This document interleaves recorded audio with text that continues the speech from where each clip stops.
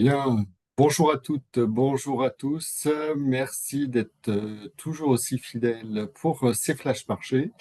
Flash marché novembre 2025, nous allons passer en revue ce qui s'est passé sur le mois d'octobre et ce qui nous attend hors loi de fiscale, hors loi de finances, mais quoique il y a quelques surprises dans des projets de texte. Donc, nous allons voir ce qui se passe sur les marchés au mois de novembre 2025.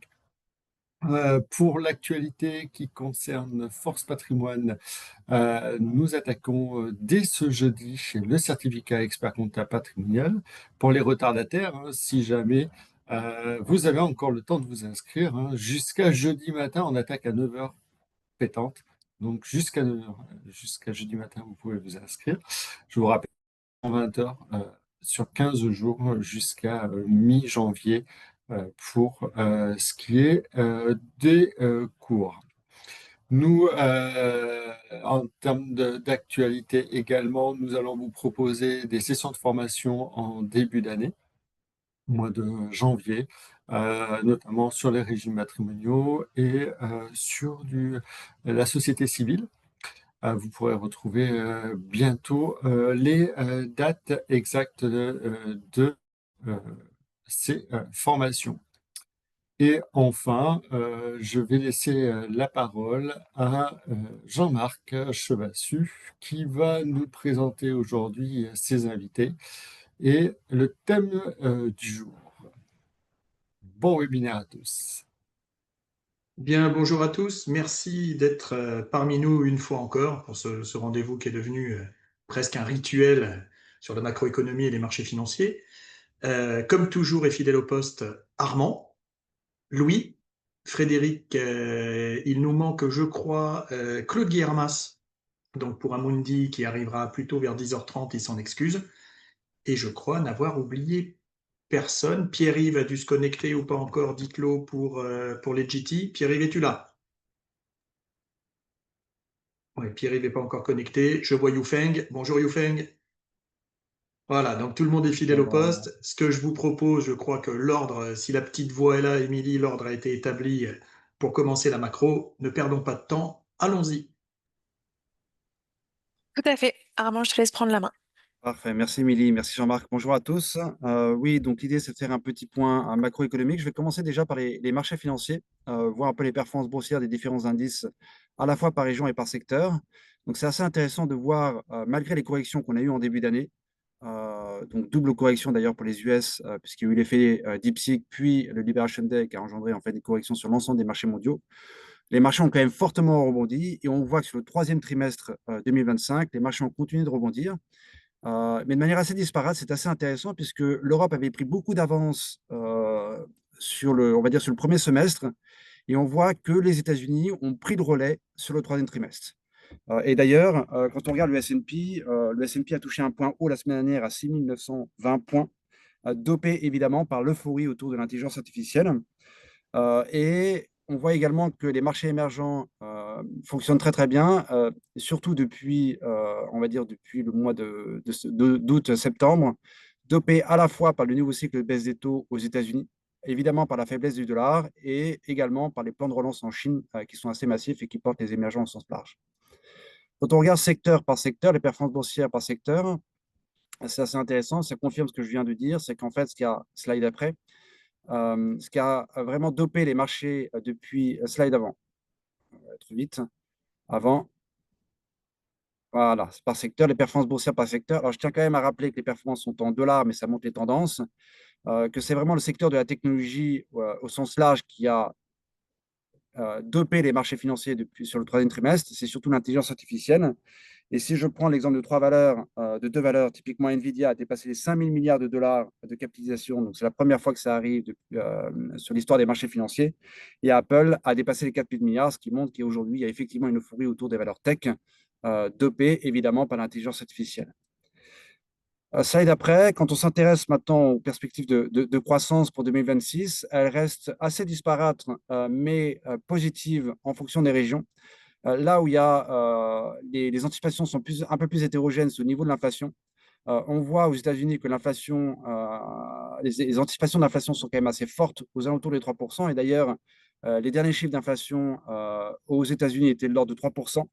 Alors, légèrement en dessous des anticipations de la Fed, qui étaient 3,1%, mais on est quand même très, très loin des 2% rêvés par la Réserve fédérale américaine, comme on peut l'observer d'ailleurs en Europe, puisque l'Europe, aujourd'hui, les anticipations d'inflation sont aux alentours des 2%, ce qui montre que la cible a été atteinte.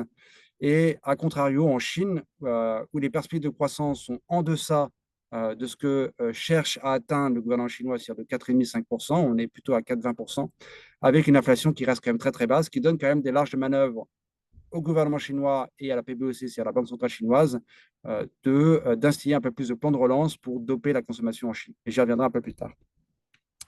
Slide après. Alors, c'est assez intéressant. Une autre chose qui explique également le rebond des marchés financiers sur le troisième trimestre, d'ailleurs sur le deuxième semestre, plus largement 2025, c'est évidemment la détente au niveau des relations commerciales entre les États-Unis et le reste du monde. On voit qu'on a une forte détente. Et surtout, il y a aujourd'hui le moral des investisseurs et le moral des chefs d'entreprise est assez haut, puisque à la fois sur les PMI manufacturiers et les PMI des services, on est au-dessus de 50, donc on est en zone d'expansion. Slide après. Alors, c'est assez intéressant de regarder les niveaux des tarifs parce que il y a effectivement cette euphorie autour des rebonds sur les marchés financiers, cette euphorie autour de l'intelligence artificielle. Mais quand on s'intéresse en fait aux données économiques, aux données un peu plus micro, on voit que les tarifs aujourd'hui, les tarifs annoncés sont quand même assez importants. On est plutôt aux alentours des 16%. Les 11% correspondent aux tarifs effectifs, donc tels qu'ils sont appliqués aujourd'hui dans l'économie américaine. On est quand même très, très loin des niveaux pré-2025, si en 2024. Pour rappel, les tarifs étaient 2,3%. Et surtout, là où c'est intéressant, c'est qu'il y a les tarifs annoncés qui sont 16%, les tarifs effectifs qui sont 9%, ce qui donne quand même des marges de manœuvre assez importantes, entre 11 et 16%, pour que les tarifs appliqués soient un peu plus importants. Et surtout, il y a tout un tas, en fonction des déclarations de Trump, de tarifs qui viennent s'ajouter en fait aux tarifs tels qu'ils sont actuellement. Donc, il y a eu effectivement une détente entre la Chine et les États-Unis récemment. Ceci dit, je regardais les nouvelles ce matin. Trump a annoncé que la Chine serait toujours soumise à l'embargo sur les puces de dernière génération de Nvidia, donc les Blackwell, ce qui a recréé un stress sur les marchés, puisque les marchés sont en retrait ce matin. Donc, cette hausse des tarifs va inexorablement avoir un impact sur l'inflation. Slide après.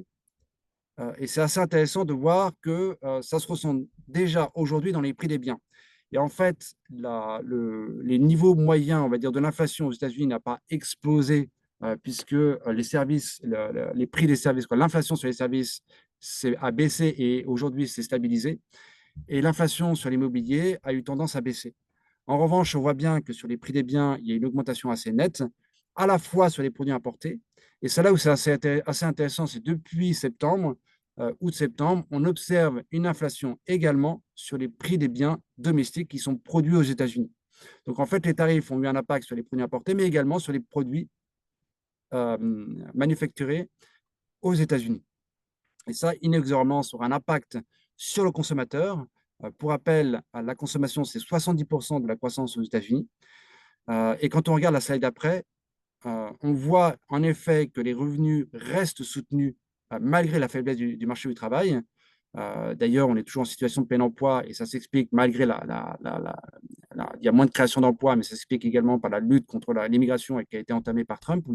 Mais quand on s'intéresse en fait aux revenus réels, c'est-à-dire en fait aux revenus nominaux retraités de l'inflation, on repasse aujourd'hui en territoire négatif, c'est-à-dire qu'aujourd'hui, en fait, l'inflation rogne en fait sur le pouvoir d'achat des ménages américains.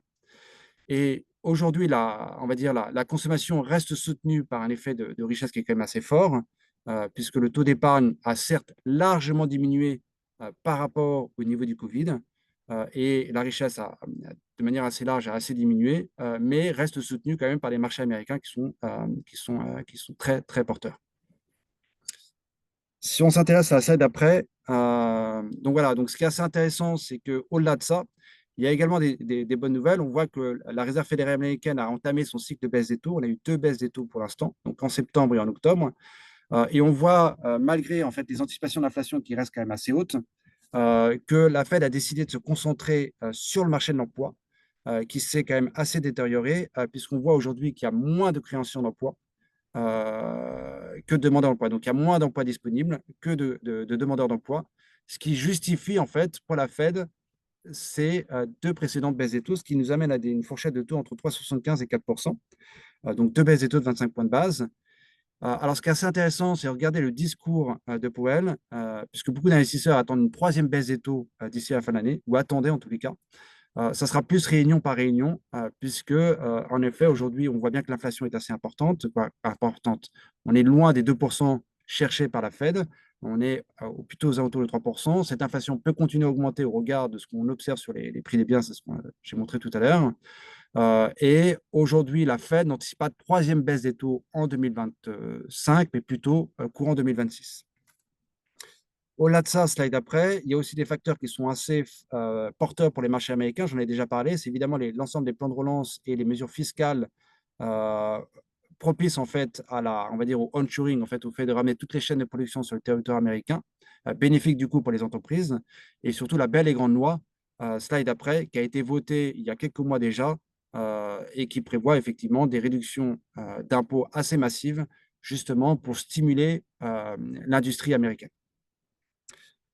Donc, quand on s'intéresse maintenant, slide après, à nos vues classe d'actifs par classe d'actifs, ou en tout cas région par région, on est repassé positif sur les actions, puisque la décision de la Fed de privilégier en fait, le risque de baisse de croissance et d'entamer un nouveau baisse des taux est porteur pour les marchés actions. On est neutre sur le marché américain, puisque c'est un marché qui reste quand même relativement cher, et surtout l'incertitude politique demeure assez élevée au regard en fait, on va dire, de l'irrésistibilité de Trump. Par rapport à l'Europe, on est repassé neutre également, puisque les valorisations ne sont plus si bon marché qu'elles l'ont pu l'être par le passé. Et surtout, la force de l'euro, qui s'est largement appréciée par rapport au dollar et également par rapport à tout un panier de devises, va peser inexorablement sur les bénéfices des grandes capitalisations qui exportent. Et enfin, en ligne d'ailleurs avec les performances des marchés boursiers, on surpondère les émergents, du fait porté par évidemment la baisse du dollar, par ce nouveau cycle de baisse des taux qui va engendrer une détente sur les marchés émergents au sens large. Et enfin, une conviction, on va dire, accrue vis-à-vis de la Chine, dopée notamment par l'ensemble des plans de relance qui sont faits depuis quelques mois maintenant par le gouvernement chinois. D'ailleurs, si on s'intéresse à la Chine, je crois que ça a été le sujet de la réunion du mois dernier, ça et d'après, alors il n'y a pas les slides, mais c'est assez intéressant de voir que le sujet majeur en Chine va être la reprise de la consommation en Chine. On voit que l'indice de confiance des ménages reste assez bas aujourd'hui. Et le vrai facteur clé aux États-Unis, en Chine, pardon, va être le marché de l'immobilier, dont les prix commencent à se stabiliser. Et si on dope ça avec des plans de relance assez ciblés sur le marché immobilier et pour stimuler la consommation, ce qu'il faut avoir en tête, c'est que le ménage chinois a une épargne qui a explosé, avec un endettement qui a largement affaibli et qui donne du coup une marge de manœuvre assez importante aux consommateurs pour consommer. Et ça serait inexorablement, si l'indice de confiance revient à la hausse, un vrai moteur de croissance pour l'économie chinoise.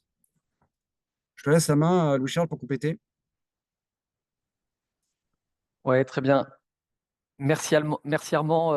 Bonjour à tous. Effectivement, bon, je vais essayer de ne pas être trop redondant, mais on partage peut-être que les maisons américaines ont les mêmes points. Moi, c'est pour JP Morgan Asset Management. Armand, c'était pour Fidelity. Mais certains qu'on partage quand même l'enthousiasme et on salue le fort rebond des marchés depuis le mois d'avril. Les actions mondiales ont performé 35% depuis le Liberation Day du mois d'avril. On peut constater que les bénéfices des entreprises restent solides, s'accélèrent. Et pour l'instant, effectivement, je partage avec la vue de Fidelity, pour l'instant, avec un impact encore relativement limité des tarifs douaniers. Ce qui est le principal moteur de la croissance soutenue, c'est effectivement l'IA. On en a beaucoup parlé déjà l'année dernière, encore cette année. C'est vraiment l'investissement dans l'intelligence artificielle qui est un des moteurs de la croissance. Et donc, pour l'instant, effectivement, les investisseurs restent appétents, et c'est encore notre cas. On a une appétence pour les actifs risqués. On pense quand même qu'il va falloir, diversifier et aussi rééquilibrer, quand même s'intéresser aussi au secteur value. Je pense à des secteurs comme l'énergie, la santé qui est peut-être le parent pauvre en termes de performance cette année. Et donc, on reste positif, mais voilà, on est peut-être un petit peu plus prudent qu'on y était il y a un mois un mois ou deux, notamment compte tenu des valorisations. Néanmoins, si on regarde la croissance mondiale, effectivement, elle est plutôt bien orientée en 2025, en 2026, un léger ralentissement, notamment aussi aux États-Unis, mais avec malgré tout un niveau assez élevé. Armand a parlé des PMI manufacturiers. On a eu les chiffres hier qui qui sont encore en expansion. Vous savez, en dessous de 50, on est en contraction. Au-dessus de 50, on est en dessous de 50, pardon, on est en contraction, au-dessus de 50 en expansion. Et là, au PMI manufacturier aux États-Unis, on est à 52,5 et on était à 52 le mois d'avant. En Europe également, la croissance est plutôt meilleure qu'attendue, hein. Vous avez vu, ça a fait d'ailleurs les gros titres. Au milieu de ce marasme dans lequel on est en France avec le budget, et ben, on a annoncé contre toute attente une croissance finalement meilleure qu'attendue. Les PMI aussi sont plutôt bien orientés, même s'ils sont plus faibles en Europe qu'aux États-Unis, mais ils sont bien orientés en Europe.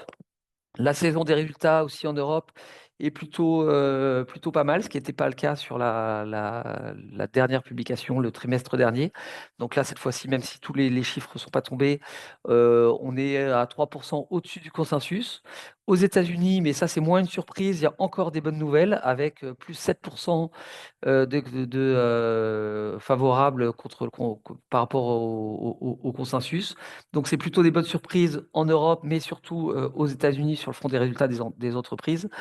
Et d'ailleurs, paradoxalement, les titres aux États-Unis qui ont bien performé, ce n'étaient pas forcément ceux dont les résultats étaient meilleurs qu'attendus. Il y a eu ce fameux FOMO, enfin la volonté des investisseurs d'aller sur les actifs qui sont, on va dire, à la mode et pas forcément liés aux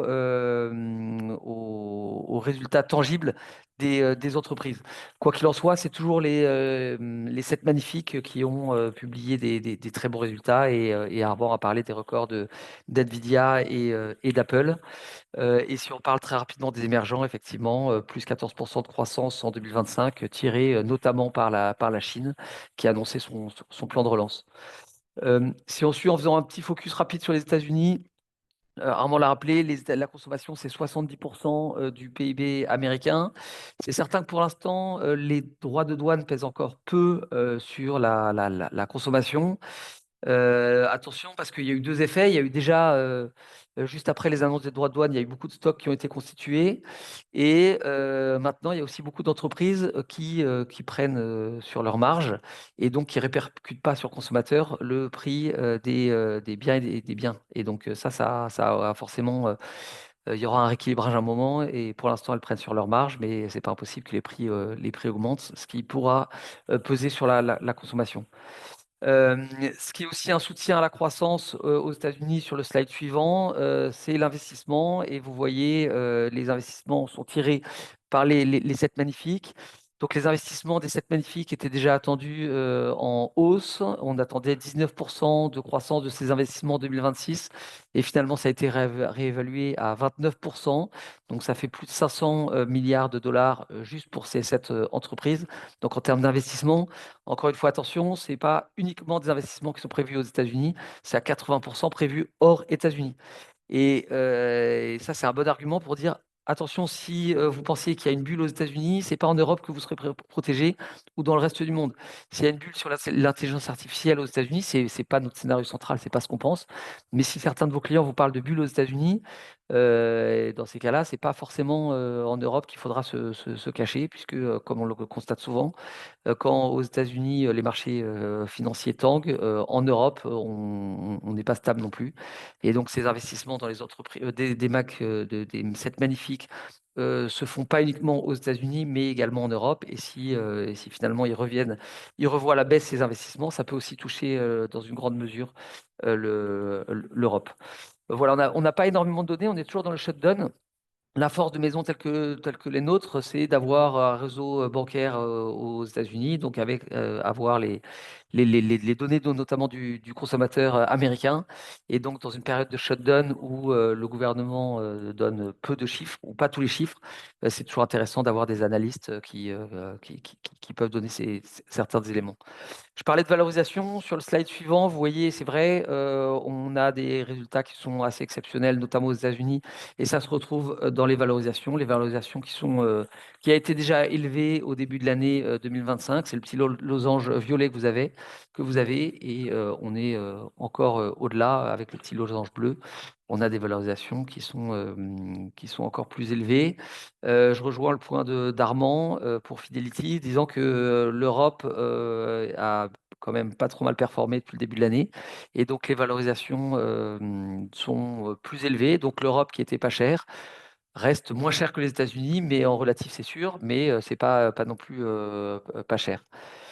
Les croissances bénéficiaires, donc toutes ces valorisations justifient par des croissances bénéficiaires plutôt bien orientées. Sur le slide suivant, ces croissances bénéficiaires, vous voyez sur le graphique de gauche, sont plutôt bien orientées, et sur le graphique de droite, on peut voir qu'il y a plus de potentiel finalement à la hausse à trouver hors États-Unis, puisque les croissances bénéficiaires ont été largement revues à la hausse en 2025 aux États-Unis.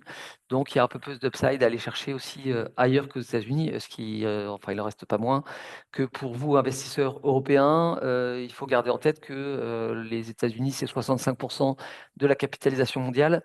Donc, quand des maisons comme JP Morgan ou Fidelity disent qu'il faut être neutre sur les US, il faut garder quand même en tête que les États-Unis doivent être le très gros d'une allocation d'un client, même européen, même si ça pèse notamment en termes de performance cette année, puisque si les marchés américains font 15%, avec l'effet devise, on est flat plus pour un investisseur européen. Le bon pari, c'est pour l'investisseur américain en Europe, mais il n'y en a pas beaucoup. S'il n'est pas couvert, il a 15% de performance x2 avec l'effet devise. C'est important ce Peut-être. que tu dis, Louis-Charles, excuse-moi de te couper, Oui, mais du Jean-Marc. coup, Armand pourra peut-être rebondir aussi. C'est que lorsque on met les matrices, on est neutre sur les États-Unis, Oui, hein, on est plus, on est moins ou autre, souvent, les non-initiés ont du mal à se dire, mais ça veut dire quoi quand on est neutre? Ça veut dire que bah, finalement, c'est pas intéressant, on n'y va pas. Enfin, on bouge pas. Quand c'est moins, on enlève, on sous-pondère. Donc, c'est un début d'explication, Louis-Charles, merci. C'est ce que vous pourriez dire dans les faits. Être neutre, ça ne veut pas dire qu'on n'y va pas. non. Voilà, vous pourriez détailler un petit peu ça pour nos Oui, spectateurs. non, effectivement, Jean-Marc, tu as tout à fait raison. Être neutre, et on le voit, je pense que j'ai peut-être un graphique bah, sur On peut remettre sinon celui d'Armand, vous avez les non, mais mêmes la à page peu près, d'après, la ou page Zoran, ouais. 40, deux pages après, encore après. Voilà. On voit ici à gauche la pondération des États-Unis dans les actions mondiales. Et je parlais de 65% de la capitalisation mondiale, et même les 10 premières valeurs, mais ça c'est plutôt inquiétant à droite, les 10 premières valeurs du S&P 500 représentent 40% de la capi du S&P 500. Donc ça c'est un vrai phénomène de concentration du marché, mais quoi qu'il en soit, c'est plutôt un bon argument, le graphique de gauche, de dire même si on est neutre, et même si vous, monsieur le client, vous êtes neutre sur les actions américaines, il faut bien garder en tête que les États-Unis, c'est 65% de la capitalisation mondiale, à peu près 25 à 28% du PIB mondial. Et donc, si on respecte à peu près ça, on va avoir plus d'investissements financiers aux États-Unis qu'en Europe.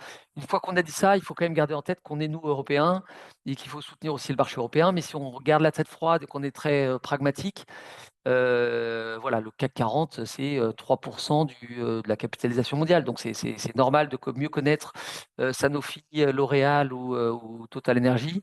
Mais voilà, il faut garder en tête ces grands ensembles, et notamment les mastodontes que sont Nvidia ou Apple, comme le rappelait Armand, et la place que ça doit prendre quand même dans les allocations. Mais que ça prend parfois déjà aussi. C'est ça En neutre, de toute façon, pas moins de 50% aux États-Unis, vu Voilà, que ça pèse, et on va dire que quand après on est plus, c'est là qu'on va monter sur les 65, peut-être 70%. voilà. Ça vous va comme simplification? Ça va très bien. Je ne sais pas si Armand, tu veux compléter, Oui, mais oui, en fait, moi, on voit surtout par rapport à ce que tu disais, par rapport à l'indice mondial. Donc, il y a 65% d'US. Bah, quand on est neutre, on est sur la fourchette, on va dire 55, 65 d'US, quoi. Quand on est sous-pondéré, on est en dessous de 60. Voilà. Surpondéré, on va être au-dessus, donc on aura plus de 65% d'US. C'est vraiment par rapport à l'indice qu'il faut voir les choses, faut réfléchir en fait. Quand on est neutre, on reste quand même pleinement investi sur les marchés américains. Ce qu'il faut comprendre aussi, hein, c'est qu'en matière d'investissement, et je le dis pour tout le monde, alors je sais que les niveaux sont plutôt hétérogènes souvent, un investisseur, hein, un professionnel de l'investissement, il reste investi. Il ne se pose pas la question de dire je sors des marchés, je re-rentre sur les marchés ou autres. Mm. Il va plus, hein, c'est une certaine flexibilité, mais de son exposition action, on est bien d'accord. Donc du coup, on est toujours dans l'eau, si je puis me permettre de le dire comme ça. On Voilà. reste toujours pleinement investi, oui, tout à fait. Tu as tout à fait raison. Je- Mais par contre, il faut faire quand même attention dans son investissement, notamment aux États-Unis. Il ne faut pas compter uniquement les fonds US. Il faut compter effectivement la part des US au sein des fonds globaux. Ce n'est pas parce qu'on n'a que 20% de fonds US dans une allocation qu'on a forcément que 20% d'US au sein de son portefeuille. Il Oui. faut bien prendre en compte aussi que dans les fonds globaux, a priori, il y a entre 60 et 70%, voire un peu plus, d'actifs américains. Donc il faut aussi les prendre en compte. Il ne faut pas. Voilà. Je peux ajouter une petite chose sur la Ah, pondération le des voilà. États-Unis. Bonjour à Bien. tous, désolé du petit retard. Sur la pondération des États-Unis, il faut quand même se dire aussi que l'importance des Magnificent Seven ces dernières années a fait que le poids des États-Unis est monté aussi dans le poids de l'indice mondial. Donc il y a aussi ça, hein. Aujourd'hui, Tout à fait. on parle de 65, c'est peut-être même pas loin de 70% du fait Mm. de la taille de ces Magnificent Seven. Donc c'est vrai, quand on est neutre, ça peut être une proportion qui peut être quand même importante. Et comme l'a dit Louis-Charles, effectivement, il faut tenir compte de son portefeuille global parce qu'on peut avoir un peu d'US, un peu de partout dans un fonds Mm. international. Et on peut le surpondérer en mettant des actions US, effectivement. Mais aujourd'hui, de toute façon, en étant neutre, et je pense qu'Armand et Louis-Charles me rejoindront, et nous, on partage cet avis-là, avoir 50% d'US dans un portefeuille au global, voilà, c'est d'être neutre aujourd'hui. Exactement. Et ben, moi, du coup, enfin voilà, j'ai évoqué à peu près les points que je souhaitais. Peut-être Claude, tu veux prendre la main pour te partager aussi ta vision? Alors, oui, je vais vous partager. Moi, je vais essayer d'être rapide parce qu'on partage, bien entendu, des choses peut-être comparables. Je ne sais pas trop ce que vous avez dit précédemment. Enfin, j'ai pris en cours de route. Je fais rapide. Donc, effectivement, quand on voit ce premier slide, les dépenses en IA qui soutiennent la croissance américaine, hein, il y a une confiance des consommateurs, puis c'est ce qu'on regarde, qui a légèrement baissé en octobre, hein. La situation actuelle s'est améliorée, reflète une perception des conditions des affaires et de l'emploi, alors que l'indice des attentes a reculé en fonction de perspectives moins favorables. Cette confiance, elle varie aussi selon l'âge des Américains, le revenu et l'affiliation politique, hein. On comprendra bien avec la politique américaine qu'on peut être confiant ou inquiet, en tout cas, de ce qui se passe. Les consommateurs, donc les plus jeunes à revenus élevés, se montrent plus optimistes. Et quant aux anticipations d'inflation pour les États-Unis, et j'arrêterai sur cette partie US, ça reste élevé puisqu'on est autour de 5,9%, avec une légère hausse des taux d'intérêt. Donc, je ne sais pas si c'est ce que vous avez dit précédemment. Sur la slide suivante, sur l'Europe, donc sur l'Europe, pardon, donc on a le PIB de la zone euro au troisième trimestre qui a augmenté de 0,2% au glissement trimestriel, qui dépasse un peu le consensus des prévisions. Donc ça veut dire qu'il y a des perspectives de croissance en 2025 et 2026 qui pourraient être légèrement meilleures que prévu. Bien légèrement meilleure que prévu. La croissance donc du PIB de la France et de l'Espagne est supérieure à la moyenne, et c'est porté plutôt par le commerce et les investissements en France et par la demande intérieure en Espagne. Quant à l'Allemagne et l'Italie, elles sont restées stables, avec un maintien de perspectives qui sont plutôt moroses en Allemagne. Donc, ces résultats-là font que ça réduit un peu la pression sur la BCE pour qu'elle réduise ses taux à court terme. Mais il y a d'autres risques qui pourraient peser sur la croissance. Donc, c'est la concentration sectorielle, les risques politiques et budgétaires, hein, on est bien placé pour le savoir, et les contraintes d'approvisionnement et la prudence des consommateurs. Sur la partie, le slide 3, donc Oui, voilà, je viens d'en parler, la baisse des taux, peut-être le 4 sur l'Asie. Donc, pour ce qui est de l'Asie, donc les États-Unis ont signé des accords commerciaux avec la Malaisie, le Cambodge, et des accords cadres avec la Thaïlande et le Vietnam, avec des droits de douane réciproques toujours élevés entre 19 et 20%. Donc, les États-Unis ont ensuite finalisé un accord avec la Corée du Sud en maintenant donc un engagement d'investissement de 350 milliards de dollars, dont 200 milliards de dollars en espèces plafonnées à 20 milliards par an et 150 milliards de coopération dans la construction navale. Donc ça, c'est un soutien aussi à cette croissance. Donc, et c'est en relation avec une réduction des droits de douane sur les automobiles de 25 et 15%. Donc, on voit bien, hein, Trump avait tapé fort. Et puis, bon, on a l'impression qu'il fait des fleurs en réduisant un petit peu ce qu'il avait matraqué en termes de droits de douane.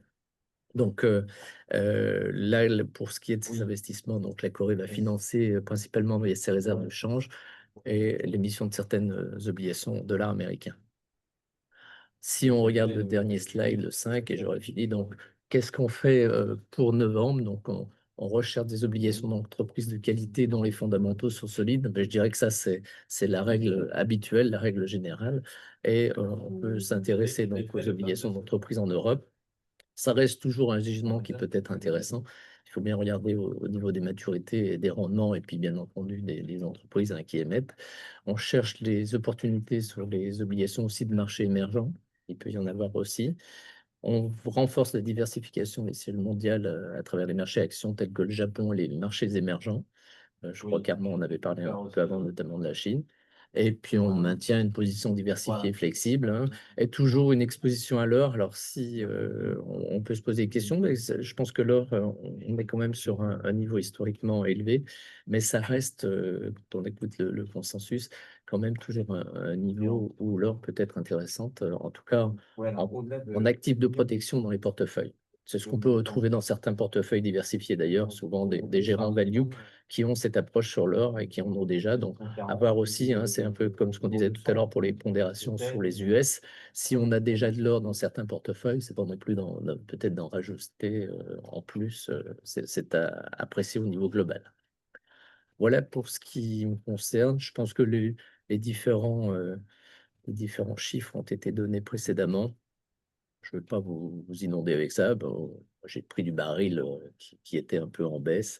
L'euro-dollar, on est toujours à 1,15, 1,16 à peu près. Voilà, puis l'or, ben, dans les 4000 dollars l'once, donc ça reste un niveau élevé. Alors, Voilà. pour ceux qui nous écoutent, on sent toujours qu'il y a un décalage, et là il est criant aujourd'hui, un décalage entre ce qu'on ressent d'un point de vue économique, c'est-à-dire quand même, d'après la Banque mondiale et le FMI, un ralentissement de la croissance mondiale dû au ralentissement globalement du Japon, de l'Europe, des États-Unis, si je peux faire assez simple. Des États-Unis qui restent phares, on est bien d'accord, avec pas loin de 3% de croissance, mais quand on les regarde, les prévisions sur fin d'année 2026, on passe de 2 à 1,5, un déficit qui explose, on est à plus de 40 000 milliards quand même, une inflation aux États-Unis qui commence à faire son retour, et Armand l'a dit tout à l'heure, on voit que la politique de droits de douane de Trump n'a pas encore, on n'a pas encore le boomerang qui est revenu totalement. Donc, quand on regarde ça et qu'on voit des marchés qui montent, ça peut toujours faire un décalage dans l'esprit des gens et de se dire, enfin, c'est fou, on vient de passer 30 minutes à faire de la macro et finalement, on ne fait pas pipi contre le vent, comme on dit sur les marchés financiers. C'est-à-dire que le marché a toujours raison et lui, quand même, il monte et on voit quand même le rattrapage, même en Europe et notamment sur le CAC 40, quand on voit, alors qu'on nous annonce souvent, les Cassandres nous annoncent des catastrophes en cours. Ça fait dire aussi que, sans être que dans la partie neutre, comme on l'a expliqué tout à l'heure, Louis, tu as dit quelque chose d'intéressant, comme toujours, vous tous, mais on est passé assez vite. Tu as dit il faut aller retrouver de la value maintenant. Cette fameuse value, pour ceux qui ne sauraient pas tout à fait ce que c'est-à-dire d'aller chercher un décalage entre le cours de bourse d'une valeur et puis sa valeur intrinsèque, c'est-à-dire sa valeur nette comptable, puisque je m'adresse à des experts comptables. Et donc, on a aussi ce genre d'approche maintenant, et c'est idéal sur ce qui se passe en ce moment. Vous êtes tous d'accord là-dessus sur un retour idéal de la value pour aller chercher la croissance sur nos portefeuilles? Ou il y a des visions divergentes? Moi, je suis plutôt favorable à cette approche-là aujourd'hui, puisque effectivement, dans ces marchés, il faut toujours essayer d'aller chercher les valeurs de qualité, mais qui ont été un peu mises de côté. peut-être à l'inverse justement de ces Magnificent Seven et tout ce qui tourne autour de l'intelligence artificielle qui effectivement a pris des valorisations assez élevées. Alors, c'est peut-être pas terminé non plus, mais effectivement, on peut trouver encore des entreprises qui sont de qualité et qui sont décotées parce qu'elles ont été boudées par le marché purement et simplement. Nous, chez JP Morgan Asset Management, c'est pas forcément qu'on est très favorable à la value, c'est plutôt qu'on est favorable à une diversification et donc, dans une certaine mesure, à un rééquilibrage. La croissance a pris beaucoup de place dans les indices et si on veut rester équilibré, justement, il faut relaisser un petit peu de place à la value. Déjà parce qu'on peut y retrouver des opportunités, mais aussi dans une pure objectif de diversification. On ne peut pas faire, voilà, avoir 40% de cette entreprise croissance au sein d'un portefeuille. Il faut justement Donc, un rééquilibrage technique, un Richard, rééquilibrage technique, qui exactement. n'empêche pas de faire des affaires, Qui c'est n'empêche qui pas vous de permet participer à la hausse. Nous, Mm. typiquement, les 7 magnifiques qui sont très croissance, on les regarde plutôt titre par titre. Et il y a certaines valeurs qu'on apprécie, d'autres, que même si on les apprécie, un titre comme Nvidia, par exemple, on a plutôt tendance à légèrement sous-pondérer au sein de nos portefeuilles. C'est-à-dire que c'est 8% du S&P 500, Nvidia, on en a 7,5%. Donc, ça ne veut pas dire qu'on n'en a pas du tout. Mais et par contre, on va surpondérer un tout petit peu certains secteurs value comme la santé, par exemple. Et ça, d'ailleurs, à plus court terme, ça peut nous pénaliser. C'est parce que c'est toujours les 7 magnifiques qui surperforment. On a la même vision. Et après, il faut avoir en tête qu'aussi, ça fait effet entonnoir. C'est-à-dire qu'en fait, comme l'a rappelé Louis Charles, le marché est très concentré sur un petit nombre de valeurs. Il suffit qu'il y ait un rééquilibrage sur les valeurs qui sont très en retard, sur lesquelles les capitaux sont plus faibles, pour que ça fasse effet entonnoir et que ça engendre en fait une forte hausse du cours de bourse des valeurs qui sont en retard. Et on n'a pas parlé, je ne sais pas si vous en avez parlé avant, mais de la géopolitique qui est toujours, je dirais, sur les marchés. C'est le risque que le marché peut osciller moins. Alors, ça peut être pour des bonnes nouvelles comme des mauvaises nouvelles. Donc, il faut avoir ça en tête aussi. Si on a un règlement du conflit en Ukraine dans les mois qui viennent, ça peut être aussi un booster pour les marchés aussi. Il faut penser à ça. Ça, c'est la version positive de l'évolution. Merci. Yufeng, veux-tu rajouter quelque chose à tout ce qui vient d'être dit avant de prendre la main? Non, je n'ai rien rajouté, si ce n'est pour dire que ça va être très complémentaire à ce qu'on va vous présenter sur la plateforme Investboard, parce que moi j'ai retenu ici, à la conclusion de la partie macro, c'est compliqué de faire la diversification géographique aujourd'hui, compte tenu de la valorisation, concentration de ces sectoriels partout, et aussi le risque politique. On a quand même une cherté du marché financier qui est problématique, mais on ne sait pas s'il faut le suivre, parce que si on ne suit pas, on rate des opportunités, mais si on suit, on a quand même constaté qu'on arrive à un niveau historique, je ne dirais pas insupportable, mais historique. Et après, voilà, moi je retiens, c'est vraiment ça, la concentration sectorielle que Claude a parlé tout à l'heure. Donc, du coup, moi je trouve ça intéressant, justement, on va vous présenter ces numéros de comment on peut trouver des secteurs intéressants, diversifiants, justement, quelque part sous-valorisés, qui nous permet d'avoir une opportunité de diversification dans le contexte actuel. Alors, est-ce que je vais essayer de partager l'écran? Allez. Est-ce que vous voyez mon écran de Investboard? Oui. Alors, moi, je vais vous présenter d'abord une petite vision météo de marché, mais concentrée sur l'observation des actions sectorielles thématiques. Et là, il y en a pas mal, hein. Donc, il y a plus de vingtaine de secteurs et thématiques. On va regarder ce qui se passe ces 3 derniers mois ensemble. En bleu, c'est le secteur action, mine, précieux, donc évidemment tiré par l'or. C'est ce que depuis 3 mois, c'est-à-dire à peu près depuis la période où on l'a recommandé d'investir sur le marché action métaux précieux. À souligner que comme ce qu'on avait comment dire, proposé au mois de juin, le marché action secteur mines précieux a plutôt surperformé l'or, hein, parce que l'or a fait en la même période à peu près de plus de 20%. Alors l'action secteur mines métaux précieux a fait plus de 30%. Parce qu'on avait expliqué que dedans, il y a le bêta action plus le bêta de l'or, fait que ça faisait une parfaite recette. Sinon, ce qu'on peut voir aussi depuis 3 mois, il y a un autre secteur qui émerge, dont très peu de personnes parlent, bah, c'est le secteur nouvelle énergie. Voilà. Et on regarde ça, nouvelle énergie, c'est quoi? Bah, en fait, c'est tout ce qui est le secteur solaire, l'énergie, les éoliennes, les hydrogènes, les batteries, bah, le semi-conducteur servi à ces secteurs-là, le réseau intelligent, le véhicule électrique. Donc, tous les secteurs, je dirais, utiles et qui sont aujourd'hui producteurs de profit. Voilà. Donc, ça, c'est quelque chose qu'on peut vous constater depuis 3 mois. En revanche, ce qu'on peut voir, un peu voir en contraste, pour voir un peu, vérifier un peu l'évolution de ce secteur depuis 3 ans, comment ça se situe. Ce qu'on peut voir, c'est que depuis 3 dernières années, le secteur, il est plutôt sous-performant par rapport aux autres secteurs. Bah, il y a bien évidemment, il y a pire. Par contre, les pires, les autres, ce sont des secteurs santé, alimentaire et agriculture. Donc, tous les secteurs un peu, on va dire, cycliques. Et ce qu'on peut trouver, c'est très intéressant pour le secteur nouvelle énergie, c'est que, alors, c'est plutôt, on va regarder sur les 3 derniers mois, un peu l'évolution des marchés par rapport à ces secteurs-là. On revient sur 3 derniers mois.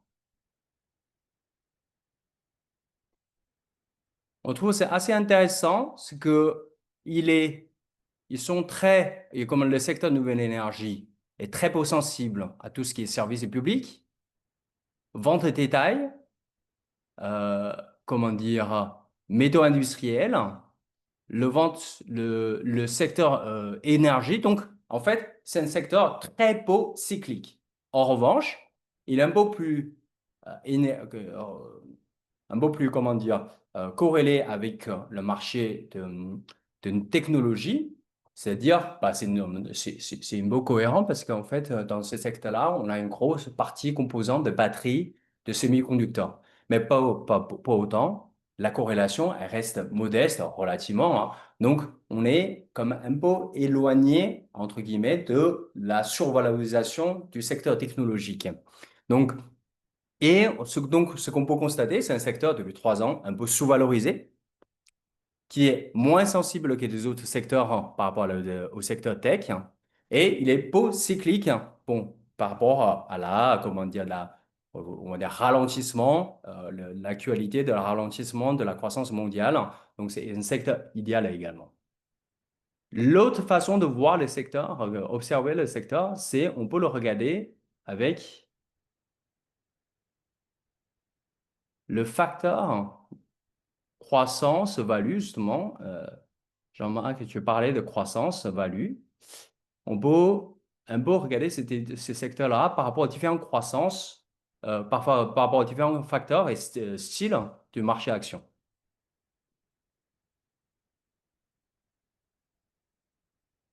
Pardon. Je vais plutôt regarder sur 3 ans pour avoir une analyse plus significative.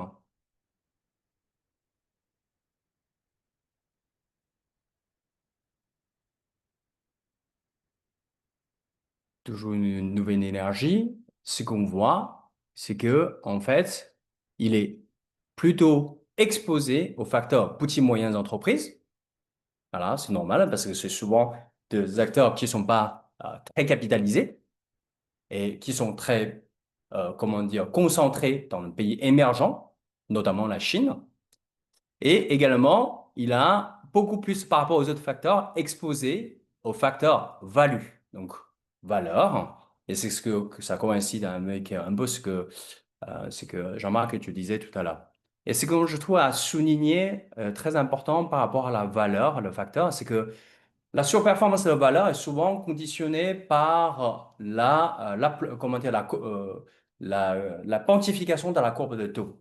C'est-à-dire que lorsque le taux, dans un monde où le taux baisse, c'est-à-dire il y a une récession ou ralentissement de croissance, et l'aplatissement de la courbe, on a souvent la valeur qui sous-performe la croissance, et paradoxalement. Et alors, ici, on a un secteur, nouvelle énergie, qui est euh, positivement sensible à la valeur, mais également positivement sensible à la baisse de taux. Parce qu'en fait, c'est un secteur qui a besoin beaucoup de financement. Donc, en fait, il est très sensible négativement positivement par rapport à la baisse de taux. Plus le taux baisse, plus leur coût de financement est faible. Donc, voilà. Et on a aujourd'hui un secteur en nouvelle énergie qui bénéficie à la fois la même sensibilité à la variation de taux que la croissance et à la fois un peu, on va dire, l'état de valorisation que le value. Et autre chose à rajouter, c'est s'exposer au secteur de nouvelle énergie. C'est aussi une façon de s'exposer au marché chinois en misant sur le bon secteur. Pourquoi je dis un bon secteur? Aujourd'hui, la Chine, je dirais, on mise sur la Chine, c'est plutôt sur les nouvelles mesures du gouvernement chinois, mais pas du tout sur la croissance chinoise, parce que la croissance chinoise, je pense que c'est très compliqué en termes de perspective. Ces secteurs, en revanche, ce sont le secteur et les éoliennes, les batteries, ce sont les secteurs les plus performants de l'industrie chinoise aujourd'hui. Voilà, c'est petite introduction sur pourquoi c'est intéressant aujourd'hui de regarder le secteur nouvelle énergie en termes de valorisation, en termes du style sensibilité et en termes par rapport à l'actualité, à la baisse de taux. Moi, je vous propose également, justement, pour suivre ce secteur-là, regarder un fonds qui est Robeco Smart Energy du secteur de nouvelle énergie, qui est noté sur notre plateforme 5 étoiles ces 5 dernières années et 4 étoiles sur les 3 dernières années. Et si on regarde un peu, justement, c'est un fonds qui a un track depuis très très longtemps, depuis 10 ans. Il a une surperformance par rapport au secteur assez impressionnant. On voit que pendant le secteur a été clairement abandonné par le marché, par les investisseurs, c'est un fonds qui a relativement résisté par rapport au flux. Et en termes de surperformance, il a carrément surperformé le secteur, la moyenne de paire plus de 100% sur les 10 ans, alors à peu près. Et en termes de ratio, j'aime toujours bien aimer haussier baissier pour identifier le caractère du fonds par rapport à ses pairs, notamment. On voit que c'est un fonds qui est classé dans le côté meilleure partie, c'est-à-dire meilleur que tous les autres pairs. Et il a une asymétrie extrêmement intéressante. C'est-à-dire quand la moyenne des pairs monte à 1%, il monte plus que la paire. Par contre, quand le pair baisse en moyenne 1%, il baisse moins que la paire. Et en termes de ça, c'est une part retail. En revanche, l'inconvénient important de ce fonds-là, c'est qu'il est très peu référencé dans de contrats français, assurance vie, PER. Donc, c'est un fonds plutôt soit à mettre dans de contre-titres et soit dans de contrats luxembourgeois s'il y en a parmi vous qui travaillent sur ce genre d'enveloppe. Voilà mes mots sur le secteur nouvelle énergie. Pour nous, une nouvelle source de diversification sectorielle. Et le fonds Robeco, pour nous, un fonds qui est assez intéressant pour bénéficier de la performance potentielle de ce secteur. Est-ce que Merci, Yufeng. Nos camarades asset managers ont-ils des choses à rajouter sur le secteur d'activité ou des choses à dire dans leur gamme? Est-ce que c'est quelque chose que vous regardez, vous avez ou... Vous pouvez dire non. Je vois Claude qui se marre. Claude, tu dis non? Claude dit non. Armand se touche le nez, ça veut dire non? Non, on n'a pas de fonds sur les matières précieuses. Enfin, une gamme où vous n'avez pas de fonds. Exactement. Pourtant, on a une gamme assez large, mais quand on on a voit Goldmine, Fidelity et JP qui te dit il n'y a pas de fonds. Voilà. Je le dis en souriant chaque fois Mais que j'ai on tombé l'intègre après dans des portefeuilles diversifiés, ça c'est une certitude. Plus toutes les dans. raisons qui ont été citées jusqu'à maintenant, mais D'accord. effectivement, on n'a pas de fonds dédiés, dédiés à ce genre de choses. D'autres maisons de gestion le font très bien. Ça a été brillamment démontré par Yufeng. Nous, on a un fonds sur les ressources naturelles, Global Natural Resources. Voilà, mais qui intègre des métaux, plutôt des métaux industriels, en fait. Notamment pas des Ah. métaux précieux à proprement parler. Et nous, vous pouvez voir CPR Goldmine, qui, comme son nom l'indique, plutôt dans les minières, qui se comporte très bien, bien entendu, en year to date. La performance est exceptionnelle, mais je ne conseillerais peut-être pas d'y aller maintenant parce que justement, la performance est exceptionnelle et peut-être attendre des trous peut-être de marché aussi, mais ça reste effectivement une brique, hein, en satellite, hein. Je pense que Yufeng, c'est dans cette optique-là que tu le mets. Comme j'en ai parlé précédemment, toujours avoir un peu d'or, ça reste quand même un actif de stabilisation, en tout cas, sur différents scénarios de marché, que ce soit les risques géopolitiques, les évolutions monétaires, etc. Exactement, le but étant plutôt de proposer des choses que, en général, de manière classique, de manière générale, on ne regarde pas. C'est en cherchant vraiment des alphas, un peu les sources de diversification. Et voilà, le but, c'est ça. Aujourd'hui, encore une fois, la diversification par la géographie, c'est compliqué. On a un vrai risque de concentration sectorielle, hein, qui devient de plus en plus prégnant. C'est pas, voilà, on vous montre un peu sur notre plateforme, on peut vraiment faire la diversification, en tout cas faire une analyse de diversification sectorielle assez facilement. Et ben là, il n'y a pas que de nouvelles énergies, hein. Tout à l'heure, je montrais, il y a aussi la biotech. Je parle beaucoup en ce moment. C'est très, très intéressant également comme sectoriel, comme secteur. Voilà, donc et vous avez vu, on peut voir aussi également, il y a d'autres questions. Ces questions, si on a pas assez de temps, est-ce que le mine précieux, l'or, c'est encore le moment de détenir? Est-ce que c'est le moment de sortir? Voilà. Bon. En tout cas, moi, j'invite à tout le monde aujourd'hui à parler plus, de regarder un peu plus, un peu côté sectoriel, le picking sectoriel. Ça devient de plus en plus intéressant. Je pense qu'il y a vraiment beaucoup de valeur là-dedans. Voilà. Yufeng, ce que tu as dit par rapport à l'or, effectivement, ceux qui en ont depuis longtemps avec une belle plus-value, c'est peut-être de matérialiser quelques plus-values. Pour les autres, bah voilà, peut-être attendre un moment de creux dans le marché pour peut-être constituer cette brique qui est une brique effectivement à avoir en portefeuille diversifié. Enfin, comme c'est mon point de vue. Je ne sais pas si Armand et Louis-Charles le partagent. Totalement. Liu tu as entendu ce qu'a dit Louis-Charles tout à l'heure, les métaux industriels. Voilà peut-être quelque chose sur lequel il faudrait s'intéresser. Et pourquoi pas, je dirais. Ouais, c'est intéressant, le métaux industriel, d'autant plus aujourd'hui, je pense que particulièrement, c'est un secteur qui peut être tiré par un autre secteur qui est en vogue, c'est la défense. Euh, et voilà, donc ça, ce sont des secteurs, encore une fois, je veux dire, on peut vraiment prendre du temps pour parler des secteurs aujourd'hui. Je suis passionné par ça, je suis convaincu que il y a vraiment, pendant longtemps, le bêta a été très dominant, très compliqué de faire de l'alpha avec le picking de sectoriel. Alors aujourd'hui, je pense que c'est le moment de faire de l'alpha, faire de la diversification au-delà de l'alpha. Je pense que l'alpha, c'est compliqué de parler de l'alpha à long terme, mais faire la diversification actuelle tout en bénéficiant de hausse du marché, parce que je crois encore la valeur, il y a beaucoup de valeur encore à prendre sur le marché action, mais par contre, beaucoup de risques qui émergent également. Voilà, donc là, il y a là-dessus, il y a des choses intéressantes à chercher.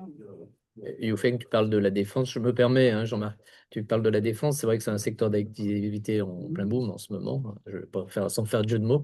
La défense qui est devenue ESG, hein. Avant on parlait d'armement, maintenant on parle de défense, donc depuis que c'est de la défense, c'est ESG, et c'est vrai qu'il y a plein de solutions qui sont assez récentes, hein. Je vois, ne serait-ce que dans le groupe Amundi, on a un ETF, un fonds défense, un fonds sur l'autonomie stratégique, et c'est vrai que c'est un secteur sur lequel il faut commencer, enfin, il faut regarder. Alors, même si on a des valorisations qui sont élevées aujourd'hui, mais comme il y a des plans d'investissement faits par l'Europe, un peu contraints par les États-Unis, effectivement, c'est un secteur qui peut avoir du sens aussi. Alors, pareil, toujours en satellite, hein, dans un fort portefeuille, on est sur de la gestion thématique.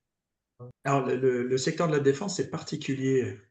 est compliqué à gérer. C'est pour ça qu'il n'y avait pas jusque-là beaucoup un pléthore de fonds ou d'enveloppes. Pourquoi? Parce qu'en général, si on le regarde en Europe et ailleurs, c'est 5 à 10 gros donneurs d'ordre et des milliers de sous-traitants qui sont du private equity.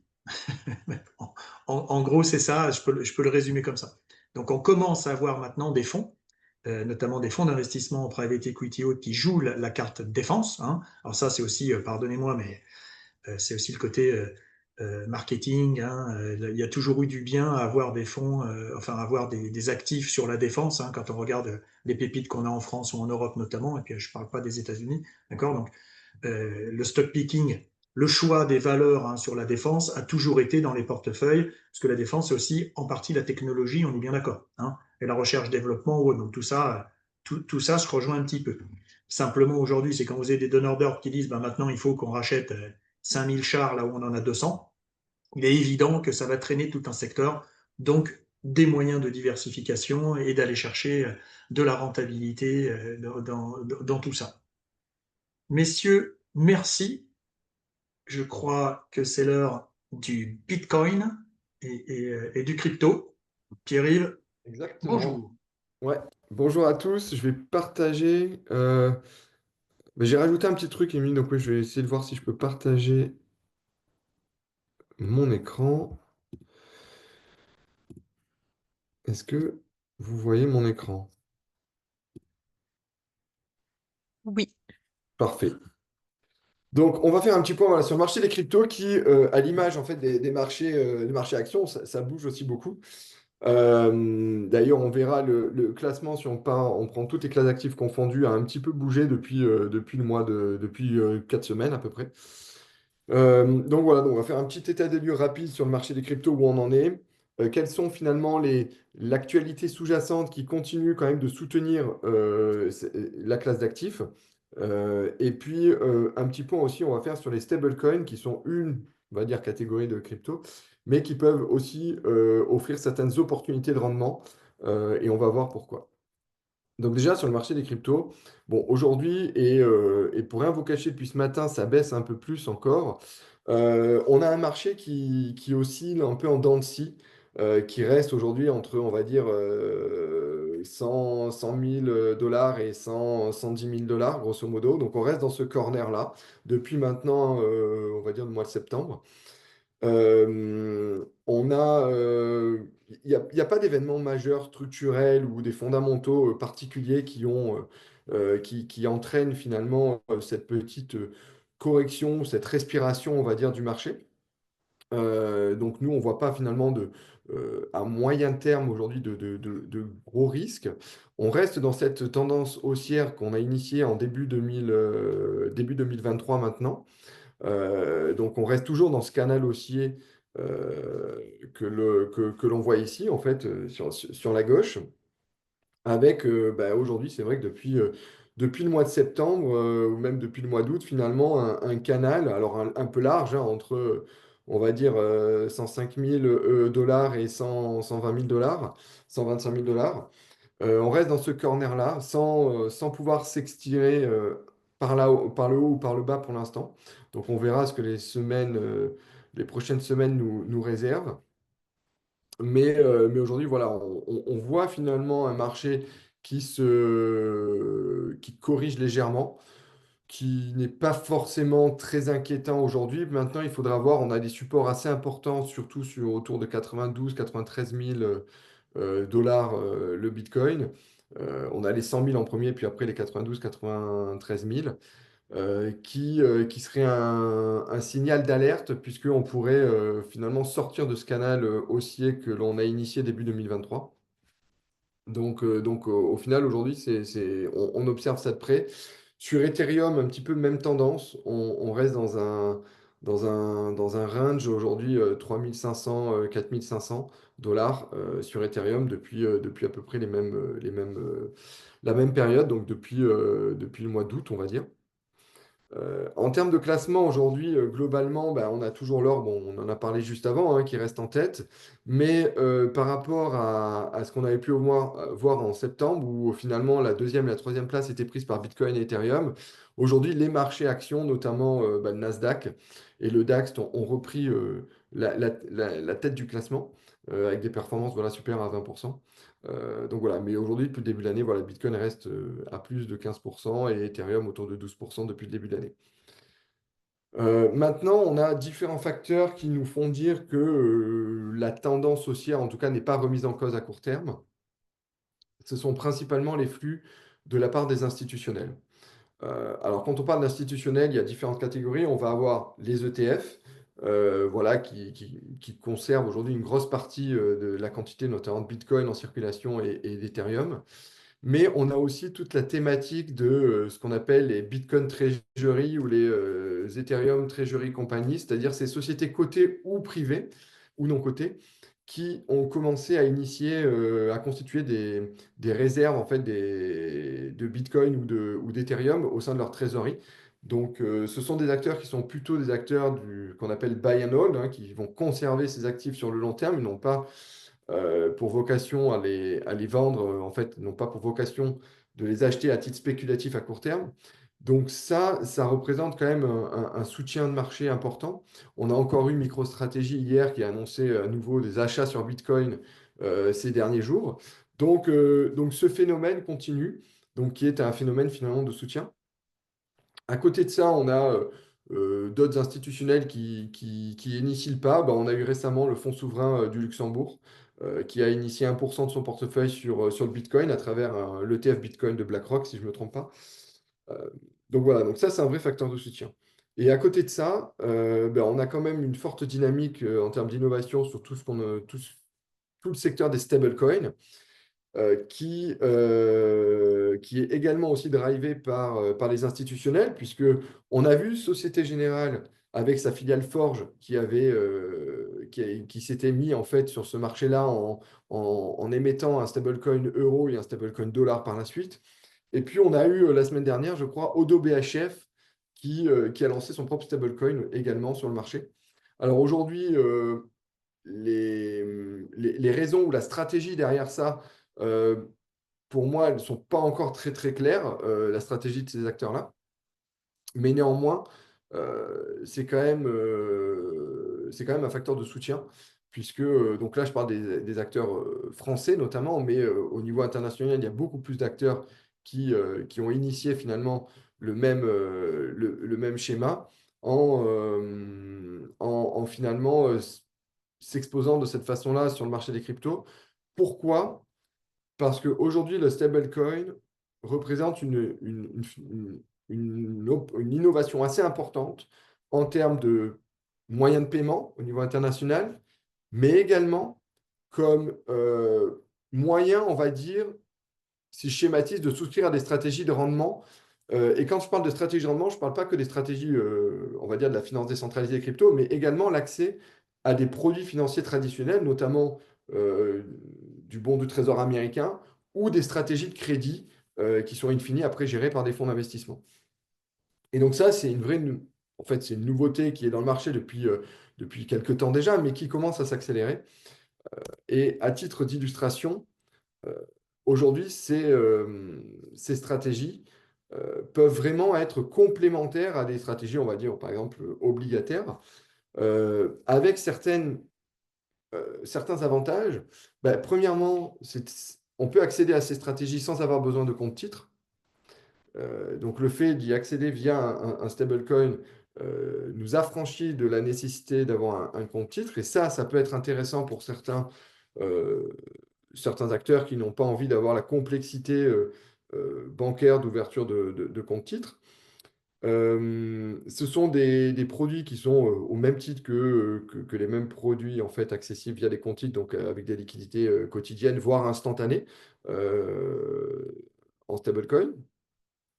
Aucune exposition, bien sûr, au marché des cryptos. Donc, on n'est pas exposé à la volatilité du Bitcoin, de l'Ethereum ou d'autres cryptos. Ce sont vraiment des stratégies de rendement avec des sous-jacents qui sont connus et reconnus, on va dire, dans la finance traditionnelle, hein, que ce soit du treasury américain ou même des stratégies de crédit en Europe.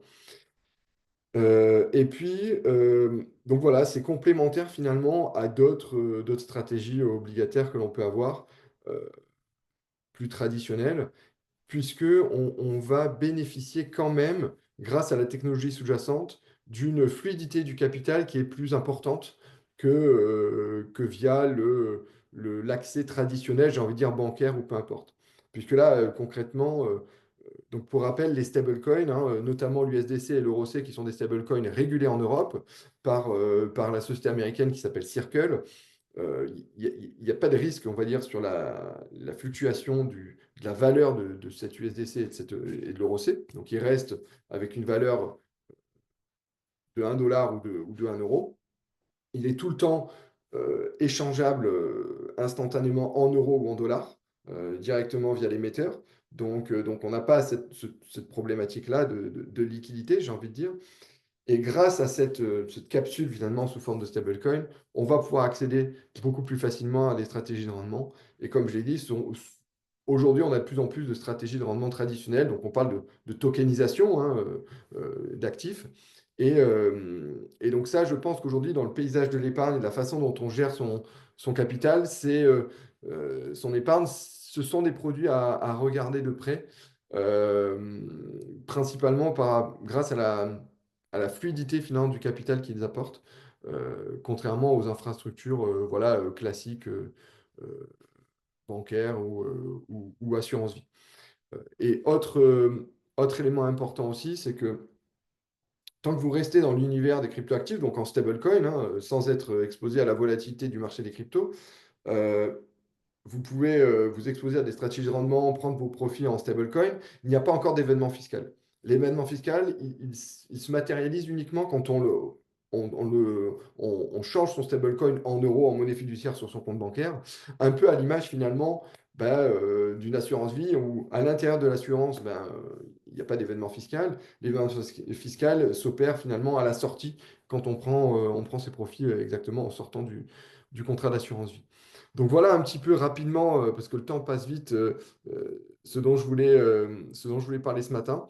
Mais grosso modo, voilà, le marché reste dans cette tendance haussière avec finalement une petite correction de marché à court terme aujourd'hui, qui peut représenter finalement des points d'entrée intéressants sur le moyen long terme, et avec des facteurs de soutien, on va dire, de marché macroéconomique, notamment via les institutionnels, qui restent d'actualité et qui nous font dire que finalement, voilà, le marché, c'est plus une respiration que un retournement de marché vers une tendance baissière de moyen long terme. Donc voilà, donc on reste positif, on doit dire, sur pour les 6 prochains mois, ou en tout cas jusqu'à milieu d'année prochaine. Pierre-Yves, merci beaucoup. Nous arrivons, je crois, au terme de notre intervention. J'aimerais peut-être qu'il y ait quelques... Ah, je vois qu'il y a une question. Comment s'achète un stablecoin et quid des stablecoins adossés à l'or et au pétrole? Exactement. Alors, c'est une très bonne question. Où s'achètent les stablecoins? Alors, aujourd'hui, ils s'achètent principalement à travers des acteurs enregistrés ou régulés PSAN, prestataires de services sur actifs numériques. Donc, on peut y accéder notamment via le site de l'AMF, voir la liste blanche des acteurs qui peuvent proposer ce service-là. Nous, chez Legity, c'est exactement ce qu'on propose. Aujourd'hui, on propose un programme de rendement sur stablecoin euro, collatéralisé avec une stratégie qu'on appelle de revenu-based financing. Donc, c'est du financement de sociétés européennes, du financement surcollatéralisé pour faire simple. Et cette stratégie, elle est opérée par un fonds luxembourgeois, un fonds régulé au Luxembourg. Donc voilà, par rapport au stablecoin adossé à l'or, alors c'est une bonne question puisque les plus gros stablecoins adossés à l'or pour le moment ne sont plus accessibles en Europe à cause de MiCA, de la régulation, puisque les acteurs qui ont émis ce stablecoin, voilà, pour plein de raisons, MiCA a mis hors jeu, on va dire, ces stablecoins-là. Alors, vis-à-vis du pétrole, honnêtement, j'en connais pas. Mais demain, c'est des produits qui peuvent tout à fait être sur le marché si certains acteurs les lancent. Les stablecoins sont-ils des actifs improductifs? Qu'est-ce qu'on appelle par actif improductif? Alors, Les Faut stablecoins. demander à nos députés. Hein.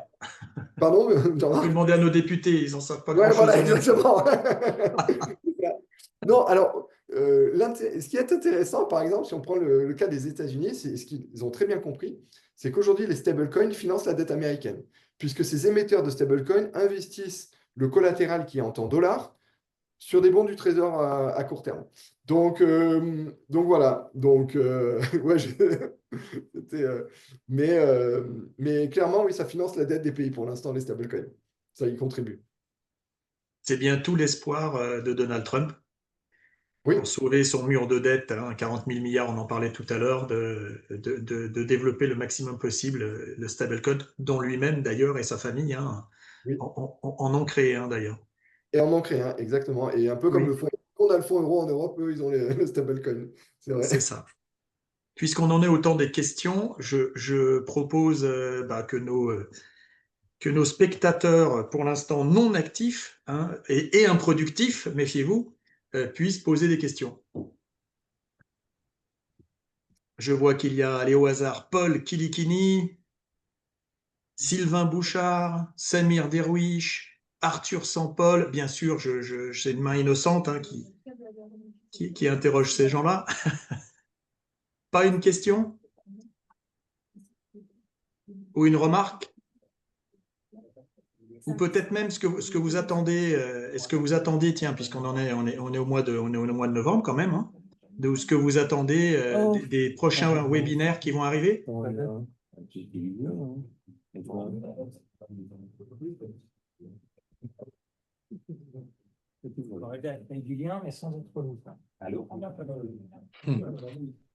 Jean-Marc, Oui. est-ce que je pourrais avoir 2 minutes pour exposer un peu ce qui se passe depuis le début de ce webinaire allocation, le portefeuille qu'on a, les différents fonds qu'on a suggérés, rajoutés dans le portefeuille en alternative de tracker?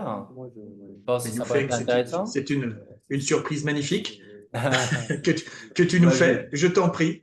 L'idée, encore une fois, c'est pas de montrer qu'on propose un portefeuille modèle. Hein. L'idée, c'est vraiment faire l'éducation, de voir comment on peut, a posteriori, pour présenter aux clients finaux, expliquer la performance compte tenu de l'évolution du marché.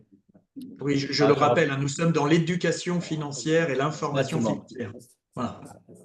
Donc, du coup, je repartage l'écran alors rapidement. Ça ne prendra pas bien longtemps. Et voilà, c'est celui-là. Alors, le portefeuille que je nommais un portefeuille équilibré webinaire, moi, je me rappelle, notre premier webinaire, ça a été lancé le 7 janvier 2025 de cette année. Donc, on a toujours comparé des départs. Justement, tout à l'heure, on parlait de est-ce que sous-pondéré, sur-pondéré, c'est quoi la notion? Ici, on avait établi un portefeuille équilibré qui était composé de 70% d'un tracker MSCI World, World Country, tout pays, 70%, et 30% sur les obligations souveraines de tout pays, global. Voilà. Depuis, l'action a surperformé, donc le poids a dépassé un peu légèrement au-dessus de 70%, et au détriment du côté obligation qui a été plutôt chahuté. Et l'autre côté, depuis, on a fait pas mal de rajustements, justement, de différents, tant pour les obligations et actions. Depuis le côté des actions, on a introduit le fonds de JP Morgan Global Focus. On a introduit le DNCA sur le Value Europe. On a introduit le Global Technology de Fidelity. D'ailleurs, c'est le premier fonds qu'on a regardé. On a regardé également, rajouté 5% sur CPA Actions Responsables. On a intégré le fonds de Edmond Rothschild de Global Sphere depuis qu'on a mis. On a mis un très bon timing. Il a fait plus de 60% depuis un moment, on l'a rajouté. Depuis 6 mois, il a fait déjà 45%, malgré la récente correction. Et sur le côté des obligations, on l'a arbitré par rapport au tracker des obligations souveraines au profit de Carmignac Crédit. Et on a rajouté une petite poche de diversification alternative de H2O Multibonds. Voilà. Et également, une autre poche de diversification, allocation First Angle, qui était, je crois, présentée euh, mois de février. Donc, en fait, à part le capital crédit qui est un fonds d'obligation, First Angle qui a présenté vraiment le max drawdown depuis la période la plus faible, d'ailleurs. Ça, c'est intéressant à souligner. Donc, en termes de track réel, avant que je fasse la comparaison, le portefeuille a plus fait un peu près de 10% depuis le 7 janvier. Voilà, 11%. Une forte phase de correction, presque de 15%, hein, mais on est dans le mandat d'équilibrer, hein, qui est normalement entre 25 et 30% de drawdown toléré. Et on a un reporting, si on va un peu plus loin, regardez la version avancée. Sur ces 10%, évidemment, le moteur, c'est principalement action, impôt alternatif, également allocation, pas négligeable. Et vous voyez que l'obligation, pendant ces périodes, n'a pas joué l'effet diversification. En tout cas, cette diversification s'avérait plutôt coûteuse. Voilà. OK. Bon, en regardant la performance à l'absolu, il n'y a pas trop de valeur. Ce que je propose, c'est plutôt regarder la même période comparée au portefeuille tracker, voilà, de fonds. Si on peut, je vais relancer la simulation. On compare le portefeuille pour le webinaire, c'est en violet. On a réalisé à peu près la même perte maximum par rapport au portefeuille benchmark, hein, qui est composé de trackers. Par contre, le fait qu'on l'a rajouté au fur et à mesure du bêta, ça s'avérait plutôt payant, voilà, qui a vraiment nous a permis de bénéficier de la reprise du marché. Et si on regarde un peu, la performance, on surperforme à quasiment 6%, voire 7% sur la période. En termes de volatilité, on est en dessous. Voilà. En termes de drawdown, pardon, ratio Sharpe, évidemment, on est meilleur, mais surtout le drawdown, on est un peu en dessous de 2%. Voilà.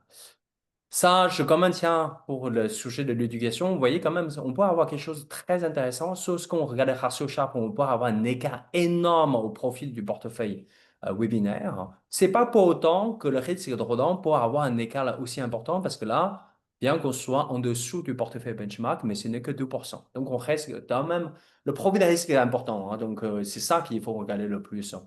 Parce que le ratio Sharpe, tout ça, momentanément, on peut avoir une meilleure rémunération de risque, hein.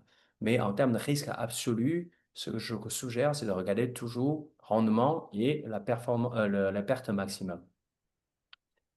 Le graphique confirme ce que je répète souvent dans mes interventions un peu partout, c'est qu'un bon portefeuille n'est pas un portefeuille qui ne baisse pas quand ça baisse, mais qui rebondit aussi vite ou plus vite. Et je crois que si tu remontes ton graphique, il n'y a pas photo. Voilà. Alors c'est sur 6 mois, on est bien d'accord. C'est Mais voilà. Mais il depuis, n'empêche depuis le 1er janvier. il n'empêche que le travail est fait. Puis après, sur la partie ratio Sharpe, ça s'appelle peut-être tout simplement l'alpha, la différence Yufeng, non? Oui, bien sûr, l'alpha, c'est toute la capacité de gérant d'optimiser, moi, en tout cas, ma définition de la ratio Sharpe, parce que rajouter du bêta, piloter les bêta pour générer l'alpha, pour moi, c'est pas vraiment le véritable alpha, hein. C'est le véritable gérant, c'est d'être capable d'offrir une meilleure rémunération de risque. Donc, j'investis tant de risques et c'est plus rentable que les autres. Ça, le ratio Sharpe, c'est ce qu'il exprime. Et j'en profite pour remercier l'ensemble de nos asset managers participants chaque mois parce que finalement, c'est un choix qui est fait parmi nous, hein, de la connaissance des fonds que chacun a chez lui ou autre, et de fonds passer à la moulinette Evansboard pour pas qu'ils nous racontent de bêtises, Yufeng, toujours, c'est important. Mais en tout cas, c'est un vrai portefeuille qui a été fait en commun, et ça, c'est fort. Exactement ça. Justement, pour parlant de la contribution de tout le monde, vous voyez, sur le portefeuille benchmark, il n'y a qu'un seul moteur de performance, c'est Action. Sur les obligations souveraines, ça a été compliqué sur la période. Alors, le portefeuille qu'on a construit tous ensemble, vous voyez, on a autant de contributeurs de performance. C'est une véritable diversification. D'ailleurs, parlons de la diversification. Si on regarde que la corrélation agrégée, sur un portefeuille benchmark, on a nous, on note la diversification de 56 sur 100, ce qui est plutôt déjà pas mal. On fait le devoir de diversification. sur notre portefeuille construit tous ensemble là-dessus, pour le webinaire, on arrive à 66 environ. Donc, c'est ça qui a fait la valeur ajoutée du portefeuille. Peut-être un dernier mot par rapport au portefeuille, juste pour comprendre sur cette période-là. On a toujours la même chose, toujours intéressant. Hein, on a quand même le fonds de Closephere qui sort du lot. Voilà. Même si on l'a mis que 5%. D'ailleurs, la méthodologie, hein, c'est que chaque fois, on proposait un fonds. À un moment donné, il faut qu'on l'apprend à sortir, mais on fait entrer 5% par rapport au benchmark. Voilà. On fait pas de. C'est vraiment purement vision de diversification marginale, comme Claude a évoqué tout à l'heure. Donc, et on a à la fois, que j'appelle ça, de fonds diversifiants qui sont là pour ralentir la variation du portefeuille, plutôt le risque du portefeuille, et de fonds qui sont là pour aller chercher la performance, mais avec un profil un peu plus agressif. Un portefeuille, c'est toujours ça. Hein. Il faut avoir on va dire, c'est un peu le fou, voilà, qui vont chercher la performance, et le sage dans le portefeuille qui sont là pour diversifier. Et c'est ce qu'on appelle un portefeuille équilibré. Voilà, voilà. Donc, cette petite présentation qui n'était pas prévue, mais que j'ai vue tout à l'heure, c'était intéressant. Je voulais vous partager. Youfeng, merci. La petite voix, il nous reste à savoir quand est-ce qu'on se retrouve. En décembre, il me semble, je vais vous dire la date précise tout de suite. J'aime bien parce que maintenant je dis la petite voix et pof. Émilie, bien sûr. Je me reconnais plus facilement. Ce sera le 2 décembre, le mardi. Donc mardi 2 décembre. Merci à tous. Je vous souhaite vraiment une belle semaine et à très vite. Merci. Belle journée. Merci, bonne Au journée. revoir. Merci revoir. Jean-Marc. À bientôt. Au revoir. Exactement.